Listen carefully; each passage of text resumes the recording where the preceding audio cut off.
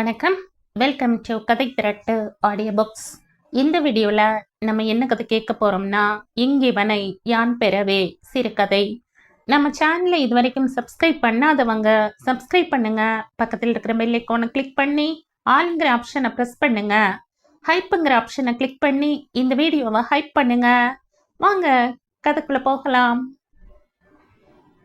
அந்த விடிகாலை போதிலேயே ஆஸ்பத்திரி கலகலவென்றிருந்தது. துடைப்பமும் ஈரத்துணியுமாய், லட்சிகளின் நடமாட்டமும் பினாயில் மருந்து கலவைகளின் வாசனையுமாய் அந்த சூழ்நிலைதான் வில்லியம்ஸுக்கு மிகவும் பிடித்திருந்தது. எந்திரிங்க, பெட்டு துணி மாத்தணும், இறங்கி அப்படி ஓரமா குந்துங்க எல்லாரும் என்று ஒரு ஊழியர் கத்திக்கொண்டே போக, ஒவ்வொரு நோயாளியும் தன் தன் நோயின் தன்மைக்கேற்ப முக்கி முனகி கொண்டோ இடுப்பை பிடித்து கொண்டோ மெதுவே இறங்கி தாழ்வாரத்தில் வந்து உட்கார்ந்து கொண்டார்கள். என்ன தாத்தா, உங்க பேரன் எப்படி இருக்கா? யாரு, வில்லியம்ஸா என்ற கண்ணின் மேல் அரண் கட்டி கண்ணை இடுக்கி கொண்டு பார்த்தார் கிழவர். என்ன தம்பி சொல்ல, டாக்டருங்க என்னமோ வந்து பார்த்துட்டு தான் போறாங்க. முழுசும் குணமாயிட்டதா யாரும் வாயை திறந்து சொல்ல மாட்டேங்கிறாங்களே. கிழவர் அழுத்து கொண்டார். சரி, காஃபி கீஃபி ஏதாச்சும் வாங்கியாரவா? என்றபடி கிழவர் இடுப்பு முடிச்சை அவிழ்த்து 8 நாணயத்தை எடுத்து கொடுத்தார். பரவாயில்ல தாத்தா, காசு என்கிட்ட இருக்கு, அப்புறம் மொத்தமா கணக்கு பண்ணி வாங்கிக்கிறேன் என்றபடி நகர்ந்தான். இப்படித்தான் சொல்ற, எங்க வாங்கிக்கிற என்றார் கிழவர். பெட் துணி மாற்றியதும் எல்லோரும் மீண்டும் கட்டிலில் வந்து படுத்து கொண்டனர். அந்த ஆஸ்பத்திரியில் அத்தனை வார்டுகளில் இருக்கும் அத்தனை நோயாளிகளையும் வில்லியம்ஸுக்கு தெரியும். சிலர் அந்த ஆஸ்பத்திரியில் குடியிருக்கும் நிரந்தர நோயாளிகள். சிலர் அங்கு கிடைக்கும் பாலுக்கும் பாதி ரொட்டிக்கும் ஆசைப்பட்டு சொல்ப நோயை கூட பெரிதாக்கி கொண்டு பிடிவாதமாய் படுத்து கிடக்கும் ஏழைகள். 6ஆம் நம்பர் வார்டுக்குள் நுழைந்தான் வில்லியம்ஸ். வில்லியம்ஸு, வந்தியா நீயே? எங்கப்பா போன வாரம் பூரா உன்னை காணல? நாங்கள்லாம் எவ்வளோ கஷ்டப்பட்டு போயிட்டோம் தெரியுமா? 3வது பெட்டில் படுத்திருந்த ஒரு கிழவி கேட்டாள். வில்லியம்ஸ் கிழவியின் அருகில் சென்றான். அவளது தலைமுடியை தடவி கொடுத்து பிளாஸ்கில் இருந்த காஃபியை டம்ளரில் விட்டு நீட்டினான். கிழவி ஆவலோடு வாங்கி குடித்தாள். கிழவிக்கு பெண்கள், பிள்ளைகள் என்று எல்லோருமே நல்ல நிலையில்தான் இருந்தார்கள். இருப்பினும் கிழவி அவர்களுக்கு பாரமாகிவிட்டாள். காசநோய் காரணமாக அனாதையாய் தெருவோரம் விழுந்து கிடந்தவளை வில்லியம்ஸ் தான் ரிக்ஷா வைத்து இந்த ஆஸ்பத்திரியில் சேர்த்தான். வில்லியம்ஸ், சீக்கிரமாய என்று ஒருவர் அழைக்க வில்லியம்ஸ் எழுந்து விறுவிறுவென்று அவரிடம் சென்றான். ஆஸ்பத்திரியில இந்த மருந்து இல்லையா, வெளியே வாங்கி தர சொல்றாங்க. சித்ரா மூச்சு விட முடியாம தவிக்குது. அந்த பெண்மணி அழுது கொண்டே கூறினாள். மருந்து சீட்டை கொடுங்கக்கா என்று வாங்கி கொண்டான். தம்பி, பணம் நான் பாத்துக்கிறேன்க்கா, நீங்க தைரியமா இருங்க, சித்ராவுக்கு ஒண்ணும் இருக்காது என்று கூறிவிட்டு விரைந்தான். கண்ணீர் மல்க அவன் செல்வதையே பார்த்து கொண்டிருந்தாள் அந்த பெண்.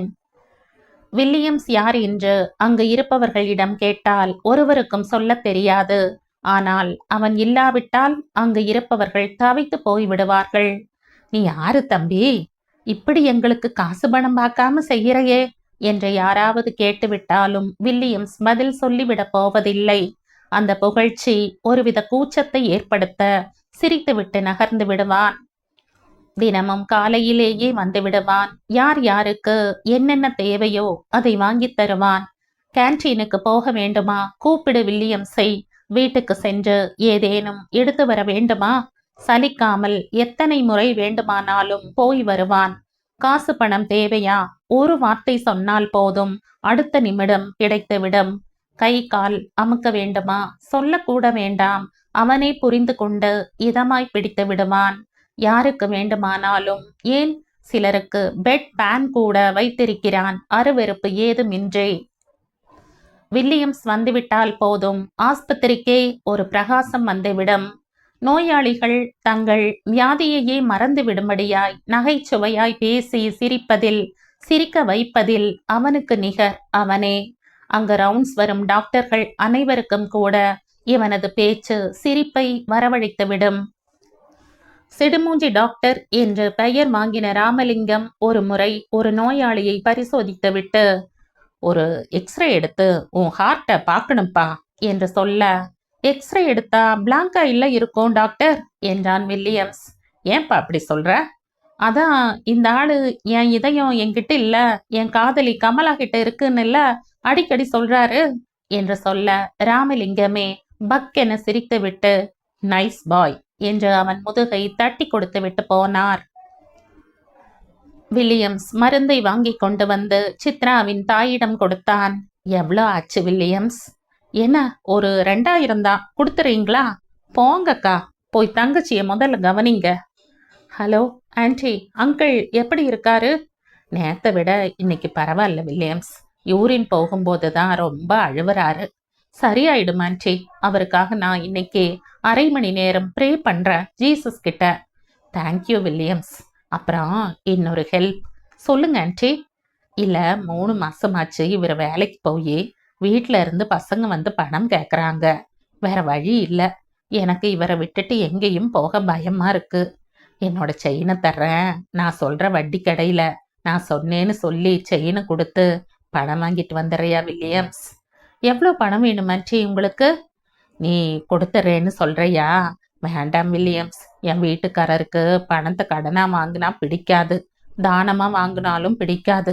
தயவு செஞ்சு இந்த செயினை வச்சு பணம் வாங்கிட்டு வந்திருப்பா. அதற்கு மேல் வில்லியம்ஸ் எதுவும் கேட்கவில்லை. சரி கொடுங்க ஆன்டி. இன்னைக்கு காலை வேலைக்கு நான் செய்ய வேண்டிய வேலையெல்லாம் கூட முடிச்சுட்டேன். வீட்டுக்கு போய் சாப்பிட்டுட்டு நீங்க சொன்னபடி பணம் கொண்டு வரேன். வில்லியம்ஸ் செயினை வாங்கி கொண்டு புறப்பட்டான். வரும் வழியில் நர்ஸுகளின் ஓய்வு அறையில் ஒரே சிரிப்பும் பேச்சுமாயிருந்தது. எனக்கு ரொம்ப ஞாபகம் மறதி ஜாஸ்தி ஆயிட்டதடி மீனா.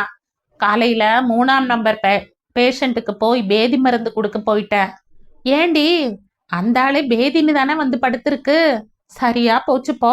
அது மட்டும் இல்லடி, காலையில வீட்லயே ரசம் வச்சுட்டு மறந்து போய் வெறும் மோர் சாதத்தை சாப்பிட்ட அப்புறம்தான் ரசம் ஞாபகத்துக்கு வந்துச்சு. ஞாபகம் மறதிக்கு என்னடி பண்ணலாம்? பேரிச்சம்பழத்தை தேன்ல துவச்சு சாப்பிடுங்க நர்சம்மா. பூர்வ ஜென்ம ஞாபகம் கூட பிச்சுக்கிட்டு வரும். ஏய், யாரது? வில்லியம்ஸ் என்றபடி எட்டி பார்த்து சிரித்துவிட்டு ஓடியே போனான். சிறுநீர் போக முடியாமல் சத்தம் போட்டு அழும் கணவனை பார்த்து தானும் அழுதாள் கௌரி. சிறுநீரில் கல் நிறைய இருந்தது. வலி தாழ முடியாமல் அவன் அலறின அலறல் ஆஸ்பத்திரியின் மறுகோடிக்கே கேட்டிருக்கும். கஷ்டப்பட்டு போயிடுங்க ராஜன். கல்லெல்லாம் கரைஞ்சு கரைஞ்சு யூரின் வழியாதான் வெளியேறணும். வலிக்கத்தான் செய்யும், பொறுத்துக்கங்க என்று ஆறுதல் சொன்னார் டாக்டர். அழுதழுது சிறுநீர் வெளியேற்றிய களைப்பில் தூங்கி போனான் ராஜன். போர்வையை சரிப்படுத்திவிட்டு வெளியில் வந்தாள் கௌரி. மாடிப்படி ஏறி வசந்தியும் ரகுவும் வருவதை பார்த்த பிறகுதான் அவளுக்கு தூக்கி வாரி போட்டது. கணவனின் அவஸ்தையில் வில்லியம்ஸை மறந்தே போய்விட்டாள் அவள். ஆமா, ஏன் இன்னும் வில்லியம்ஸ காணல? இதோ வந்து விடுகிறேன் பணத்தோடு என்று செயினை வாங்கி கொண்டு சென்றவன் இருட்டிய பிறகும் வரவில்லையே. அம்மா, வீட்டுக்காரரு 3 தடவை வந்துட்டாரு என்றாள் வசந்தி. டைப்ரைட்டிங் எக்ஸாமுக்கு நாளைக்கு தான் கடைசி தேதிமா என்றான் ரகு. கௌரி பதறி போனாள். அந்த பக்கமாய் சென்ற சிலரிடம் வில்லியம்ஸோட வீடு தெரியுங்களா என்று கேட்க யாருக்குமே அவன் விலாசம் தெரியாது என்ற பதில்தான் வந்தது. கௌரி வேதனைப்பட்டாள். இப்போது என்ன செய்வது? இந்த பையன் இப்படி பண்ணிவிட்டானே. சின்ன மீனை போட்டு பெரிய மீன் கிடைத்ததும் ஓடிவிட்டானோ? இவனை நம்பி செயினை கொடுத்திருக்க கூடாதோ? ரகு தொலைத்து விட்டால் என்ன செய்வது என்ற பயத்தில் தானே இவனிடம் கொடுத்தாள். இப்போது இவளே தொலைத்து விட்டாளே. எங்கு போய் அழுவது? ச்ச, அவனது விலாசமாவது கேட்டிருக்கலாம். அதை கூட கேட்க தோன்றாமல் போய்விட்டதே. பாவி, அப்படி நம்ப வைத்து விட்டான் எல்லோரையும். கௌரி ராஜனை திரும்பி பார்த்தாள். ஆழ்ந்த உறக்கத்தில் இருந்தான். எழுந்திருந்து செயின் எங்கே என்று கேட்டால் என்ன சொல்வது? இருக்கும் கஷ்டம் போதாதென்று இப்படி ஒரு கஷ்டமும் சேர்ந்து கொடுக்கிறாயா பகவானே? மகனையும் மகளையும் ஏறிட்டு நோக்கினாள் வசந்தி. வீட்டுக்காரர்கிட்ட எப்படியும் இன்னும் 1 வாரத்துல தந்துடுறேன்னு சொல்லு. ரகு, அக்டோபர்ல எக்ஸாம் போய்க்கலாம் என்ன என்று கூறி அவர்களை அனுப்பிவிட்டு உள்ளே வந்து குட்டி போட்ட பூனை மாதிரி உலாத்தினாள். வில்லியம்ஸ் போனவன் தான். ஆஸ்பத்திரி முழுக்க வியந்தது. வில்லியம்ஸா இப்படி செஞ்சிட்டான் என்று. அவர்களால் நம்ப முடியவில்லை, நம்பாமல் இருக்கவும் முடியவில்லை. பயல் என்னமா சிரிச்சு சிரிச்சு பேசி 5 10ன்னு உதவி செஞ்சு நம்ப வச்சு 10,000 ரூபாய் பொருளோடு ஓடியிருக்கான் என்றனர் சிலர். அவன் இப்படி அடிக்கடி காணாம போறது சகஜம்தான். நாங்கள்லாம் இங்கேயே ரொம்ப நாளா இருக்கோம். எங்கடா போயிருந்தேன்னு கேட்டா சிரிச்சு மழுப்பிடுவான். அந்த மாதிரி இந்த முறையும் 1 வாரம் 10 நாள்ல வந்துடுவான் பாருங்க என்றனர் சிலர். விஷயம் தெரிந்ததும் ராஜன் இருக்கும் அத்தனை கெட்ட வார்த்தைகளாலும் மனைவியை திட்டித் தீர்த்தான். நோயின் உபாதையும் சேரவேதான் இப்படி கத்துகிறான் என்று புரிந்து கொண்ட கௌரி மௌனமாய் சொல் அம்புகளை ஏற்றுக்கொண்டாள். 1 வாரமும் ஓடிவிட்டது. வில்லியம்ஸ் வரவே இல்லை. கௌரி அழுதாள். அழு, நல்லா அழு. பொம்பளைங்களே இப்படித்தான். கொஞ்சம் சிரிச்சு பேசுனா உருகிடுவீங்களே. என்னடா முன்ன பின்ன தெரியாதவங்கிட்ட இப்படி 10,000 ரூபாய் நகையை கொடுக்கறமேன்னு கொஞ்சமான யோசிச்சிருக்க வேணாம்? ராஜனுக்கு சட்டென்று ஒரு யோசனை உதயமானது. ஏண்டி இப்படி செஞ்சா என்ன என்று கேட்டான் கௌரியிடம். கௌரியின் முகம் மலர்ந்தது. ஆமாங்க, நிச்சயம் இதுக்கு பலன் இருக்கும். பணமோ நகையோ கிடைக்கலனாலும் அட்லீஸ்ட் ஆளையாவது புடிச்சு வாங்குன்னு வாங்கினாத்தான் என் மனசு ஆறும். நல்லதே நினைச்சுக்காத, வாங்கறதுலயே இரு.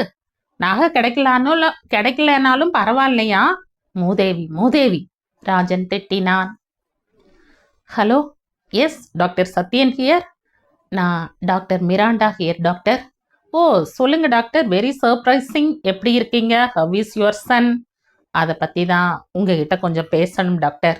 நீங்கள் ஃப்ரீ தானே இப்போ? ஓ எஸ், தாராளமாக வாங்க. டாக்டர் சத்யன் டெலிஃபோனை வைத்தார். டாக்டர் மிராண்டா வந்ததும் வரவேற்று உட்கார சொன்னார்.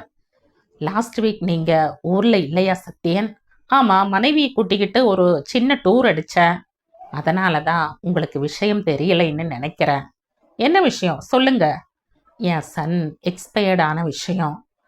டாக்டர், சத்யன் பதறிப்போனார்.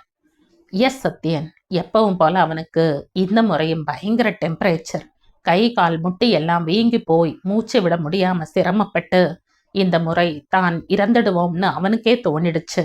என்னை கூப்பிட்டு சொல்லிட்டான். சாகும்போது கூட என்ன ஹியூமருங்கிறீங்க டாடி, சொர்க்கத்தில் ஆளே இல்லையா? நான் வேணாம் போலாமான்னு நினைக்கிறேன், நீங்க என்ன சொல்றீங்கன்னு சிரிக்கிறான். மிராண்டா பேச முடியாமல் திணறினார். கண்ணாடியை அவிழ்த்து கண்களை துடைத்து திரும்பவும் மாட்டிக்கொண்டார். டாக்டர், உங்களுக்கு எப்படி ஆறுதல் சொல்றதுன்னு எனக்கு தெரியல. Have nice bye.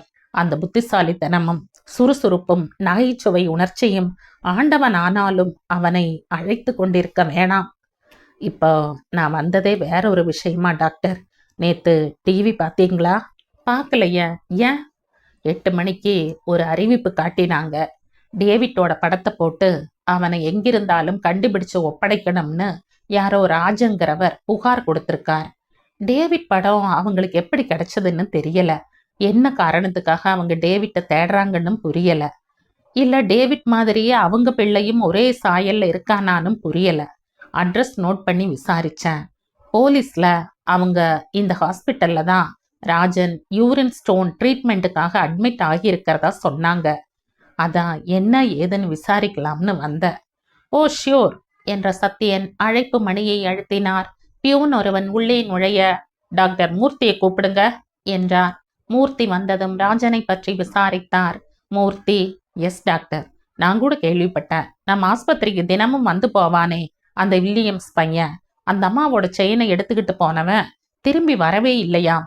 Last month minister திடீர் விசிட் பண்ணப்போ நோயாளிங்க கிட்ட நின்று பேசினதை போட்டோ எடுத்திருக்காங்க. அதுல மினிஸ்டரோட பேசிட்டு இருந்த நோயாளி போட்டோகிராஃபர் கிட்ட ஸ்பெஷலா கேட்டு ஒரு காப்பி வாங்கி வச்சிருக்காரு.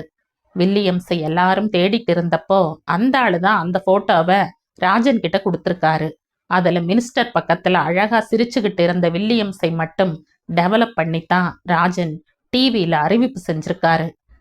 அது சரி மூர்த்தி, என்னுடைய சந்தேகம் எல்லாம் அந்த வில்லியம்ஸ் யாருங்கிறது தான். தெரியல டாக்டர். அப்புறம் என்ன டாக்டர் மிராண்டா?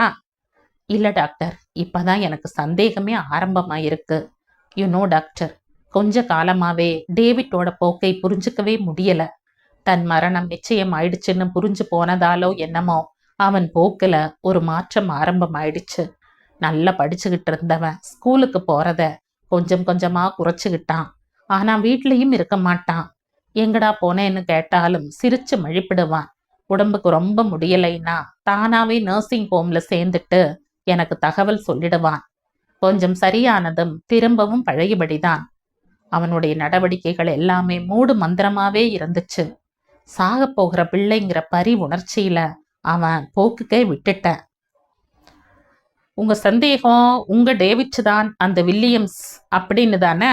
ஆமா டாக்டர். என் டேவிட்டுக்கு பொய் சொல்லவும் தெரியாது, ஏமாத்தவும் தெரியாது. டேவிட் இறந்தப்புறம் அவன் மேல இருக்கிற பழியை நீக்க வேண்டியது என் கடமை இல்லையா? ஓகே, வாங்க போகலாம். ராஜன் அந்த போட்டோவை காட்டினான். மிராண்டா திகைத்தார். அது டேவிட்டே தான். எதற்காக பெயரை மாற்றிக்கொண்டான்? இந்த பையனை உங்களுக்கு தெரியுமா டாக்டர்? தெரியும். இப்போ எங்க இருக்கான் டாக்டர் அவன்? ராஜன் குரலில் ஒருவித ஆத்திரம் எட்டி பார்த்தது. சொல்றேன், அவனை நேர்ல பார்த்தா நீங்க அடையாளம் காட்டுவீங்களா? நிச்சயம் காட்டுவோம். டாக்டர், என்னது? சத்யன் பதறினார். நீங்க மட்டும் வாங்க மிஸ்ஸஸ் ராஜன் என்றபடி அழைத்து போனார் டாக்டர் மிராண்டா. அமரர் இல்லம் என்ற போர்டு மாட்டியிருந்த கட்டிடத்தின் முன் வந்து நின்றார்கள். டாக்டர் சத்யன் கேள்விக்குறியோடு மிராண்டாவை பார்த்தார். நீங்கள் நினைப்பது சரிதான் டாக்டர். இது சம்பந்தமான பேப்பர்களில் நீங்கள் தான் கையெழுத்திட்டிருக்கிறீர்கள். சார்லஸ் மிராண்டா ஞாபகம் வருகிறதா? சத்யன் பிரமித்தார். கடவுளே, அவன்தான் டேவிட் என்று எனக்கு எப்படி தோன்றாமல் போயிற்று? மார்ச்சுவரியின் முன்புறத்தில் கௌரியை இருக்க சொல்லிவிட்டு டாக்டர்கள் உள்ளே சென்றனர். கௌரியின் உடம்பு லேசாய் நடுங்கியது. எதற்கு இவர்கள் மார்ச்சுவரிக்குள் செல்கிறார்கள்? ஒரு கால் செயினை வாங்கி கொண்டு போகும் வழியிலோ வரும் வழியிலோ விபத்தில் மாண்டுவிட்டானாம் வில்லியம்ஸ். அப்படியானால் கிட்டத்தட்ட 10 நாளாகியும் எதற்கு மார்ச்சுவரியில் போட்டு வைத்திருக்கிறார்கள்? அவளுக்கு ஒன்றும் புரியவில்லை. இவன்தானான்னு பாருங்கம்மா. கௌரி பார்த்தாள். அடி வயிற்றை பிசைந்தது அவளுக்கு. கண்கள் மழுக்கென்று நிறைந்தன. வில்லியம்ஸின் முகத்தில் சிரிப்பு தங்கியிருந்தது. பால் வடியும் முகம் தூங்குவது போலவே இருந்தது. இந்த முகமா ஏமாற்றி இருக்கும் அவளை? அம்மா, இவன் ஏன் மகன்தான். இவனா உங்ககிட்ட செயினை வாங்கிட்டு போனது? ஆமாம் டாக்டர், இவன்தான், இவனேதான். ஆனா இவன் எப்படி இருந்தான்னு சொல்றேன். இவனுடைய தொட்டில் பெயர் சார்லஸ் மிராண்டா, அழைக்கும் பெயர் டேவிட். உங்களுக்கெல்லாம் அவன் வில்லியம்ஸ். நீங்கள் சொல்வது எல்லாம் பார்த்தால் டேவிட் தன் கடைசி நாட்களை சேவையில் கழித்து அமைதி கண்டிருக்கிறான். என் மகன் என்று தெரிந்துவிடக் கூடாது என்பதால் பெயர் மாற்றம். இரக்கம் மிகுந்தவன், இதயம் உள்ளவன் என்று நீங்கள் சொல்லும் டேவிட்டின் குறையே அவன் இதயத்தில்தான். அது இருக்க வேண்டிய இடத்திலோ இருக்க வேண்டிய அளவிலோ இல்லாததுதான் அவன் குறை. விஞ்ஞானம் வளர வளர மருத்துவர்களுக்கே சவால் விடும் கோளாறுகளும் தோன்றத்தான் செய்கின்றன. டேவிட் மருத்துவர்களுக்கு ஒரு அதிசய மனிதன். டாக்டர்கள் அனைவரும், ஏன் நானே கூட பரிதாபப்பட்டேனே தவிர அவன் மரணம் நிச்சயமானதை தடுக்க முடியவில்லை. நீங்கள் என்று அவனிடம் செயினை கொடுத்தீர்கள்? கௌரி கரெக்டாக தேதி சொன்னாள். எஸ், அதே நாள்தான். காலை 3 மணி இருக்கும். வழக்கம் போல் நர்சிங் ஹோமில் இருந்து அழைப்பு வந்தது. டேவிட்டிற்கு மீண்டும் உபத்திரவம் ஆரம்பித்து விட்டதாக. உடம்பு பாடாய்படுத்தினாலும் நன்றாய்த்தான் பேசினான். மறுநாள் மாலை வரை உயிர் போகும்போது கூட அவன் செயின் பற்றி எதுவும் சொல்லவில்லை. சொர்க்கத்தில் ஆள் பஞ்சமாம், நான் வேண்டுமானால் போய்விடவான்னு சொல்லி சிரிச்சான். அடுத்த 10வது நிமிஷம் அந்த சிரிப்பு மறையறதுக்குள்ளேயே போயிட்டான். அப்ப தங்கின சிரிப்பு தான் இது. போறதுக்கு முந்தி அவன் என்ன சொன்னான்னு சொல்லலையே நான். ஏன் டாடி, ரொம்ப அதிசயமான கோளாறு இல்ல எனக்கு? டேவிட், தூங்குப்பா. இல்ல டாடி, இப்ப நான் பேசணும். இந்த கோளாறை சரி செய்ய இனிமே ஏதாவது வழி பிறக்கணும்னு இனி வரும் டாக்டர்ஸ் எல்லாரும் என்ன வச்சு பாடம் படிக்கணும். அதனால நான் போனதுக்கு அப்புறம் என் உடலை மெடிக்கல் ஸ்டூடெண்ட்ஸ் பிராக்டிக்கலுக்கு கொடுத்துருங்க டாடி. எப்படியாவது ஏன் இந்த ஆசையை நிறைவேற்றுங்கள் டாடி, ப்ளீஸ். கௌரி தேம்பி தேம்பி அழுதாள். இல்ல டாக்டர், எங்கேயோ தப்பு நடந்திருக்கு. வில்லியம்ஸ் என்னை ஏமாத்திருக்க மாட்டான். இவ்வளவு பெரிய கோளாறை தான் உடம்புல வச்சுக்கிட்டு இந்த புள்ள எப்படி ஓடி ஓடி ஒத்தாசு செஞ்சது? அங்கிளுக்கு சரியாயிடும், நான் ப்ரேயர் பண்றேன்கான்னு சொன்னானே. கடவுளே, இப்படி ஒரு குறை இவன் உடம்புல இருக்குன்னு தெரியாம போச்சே.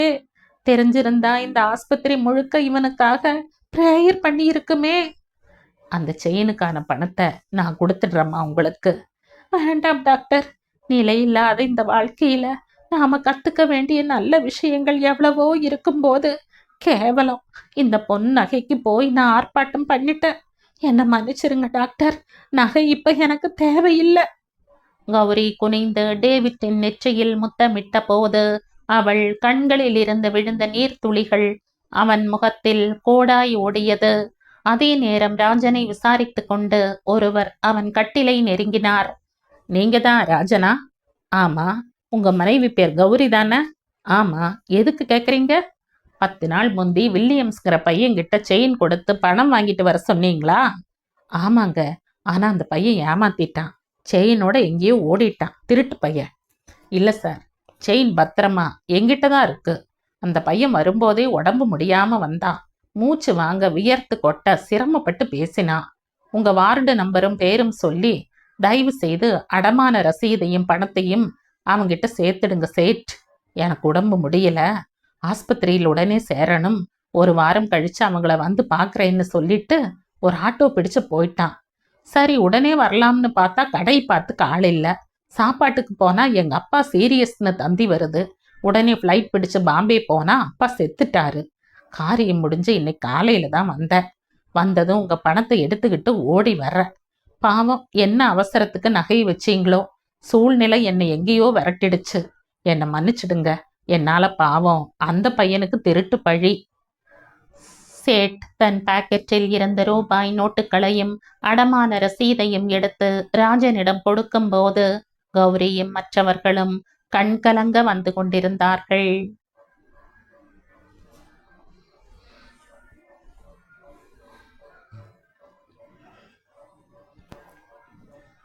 இதோடு இந்த கதை முடியுது. இந்த கதை உங்களுக்கு பிடிச்சிருந்தா லைக் பண்ணுங்க, ஷேர் பண்ணுங்க, சப்ஸ்கிரைப் பண்ணுங்க. மற்றும் ஒரு இன்ட்ரெஸ்டிங்கான கதையோட அடுத்த வீடியோல சந்திப்போம். பாய். தேங்க்யூ.